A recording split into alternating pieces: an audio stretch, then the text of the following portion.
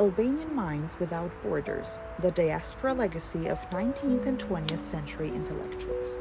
The Albanian national cause was not born in isolation. It was shaped in the cafés of Cairo, the printing presses of Bucharest, the salons of Paris, and the lecture halls of Vienna. The story of Albania's intellectual awakening is not just a local one, it is transnational.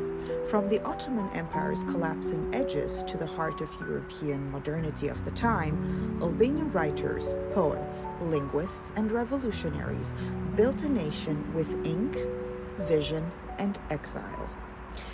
While the Albanian national awakening, or otherwise known as Rilindja Kombëtare, is often remembered for its fervent poets and patriots at home, much of its intellectual firepower actually burned far beyond the country's borders.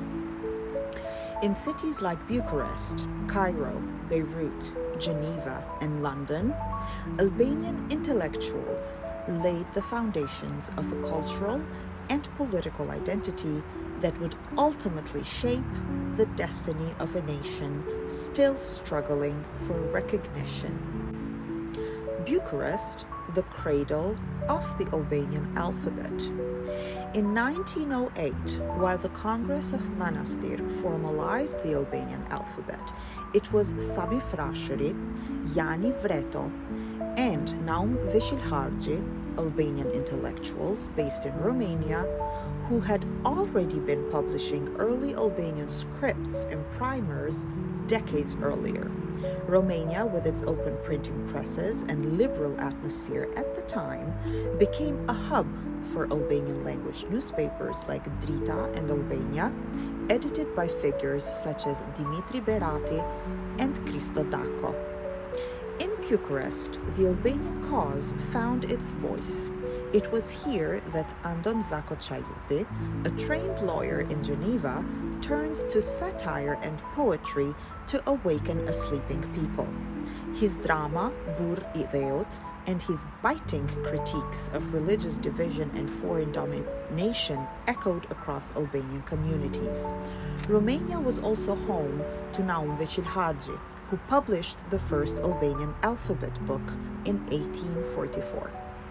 And let's not forget Luigi Gurakushi, a multilingual intellectual educated in Naples, Italy, who participated in the Congress of Monastir and later served as Minister of Education. Though he was later assassinated in Bari, Italy, his years abroad shaped his secular, progressive ideals. Bucharest was both his inspiration and platform. Cairo and the Arab world, words across borders for sure. In a completely other part of the world, Cairo and the Arab world, scholars such as Thimi Mitko compiled the Albanian B, or Bleta Shqiptare, which is one of the earliest collections of Albanian folklore and oral literature. Albanian immigrants in Alexandria and Cairo were deeply connected to both Albanian nationalism and Arab intellectual life. The publishing house of Anastas Kolurioti, another key diasporic figure, printed patriotic works advocating for Albanian independence, while also translating modern Arab thought into Albanian.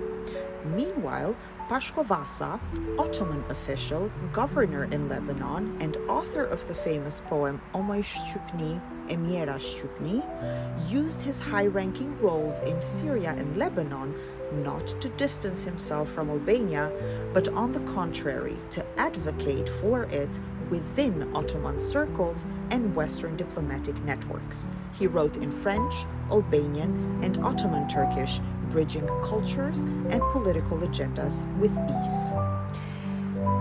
We continue in Beirut, Damascus, and Palestine, or otherwise as it's known, the Levantine connection. Lesser known, but deeply significant, is the Albanian presence in Beirut, Damascus, and Palestine, where Arnauts, as Albanians were often known, served as Ottoman officials, soldiers, and educators. Figures like Ali Aslani and Eshrem Vlora, while not always settled, traveled extensively across the region, forging connections with Arab intellectuals, contributing to journals, and shaping early diplomatic relations between Albanians and the Arab world. Ekrem Çağbey, born in Eskişehir city in the Ottoman Empire, one of the most influential Albanian linguists, studied and taught in Vienna, Graz, and later in Zurich.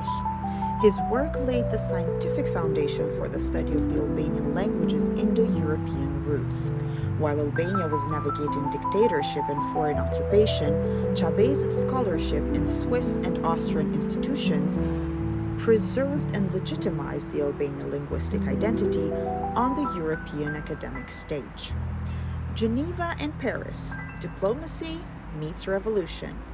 Faik Konica, the eloquent Albanian voice in Europe, operated his influential journal Albania from Brussels, London, and Paris, where he lobbied Western powers to support Albanian autonomy. Ismail Gemayli, Albania's future independence leader, spent years in Geneva attending international congresses and building diplomatic ties.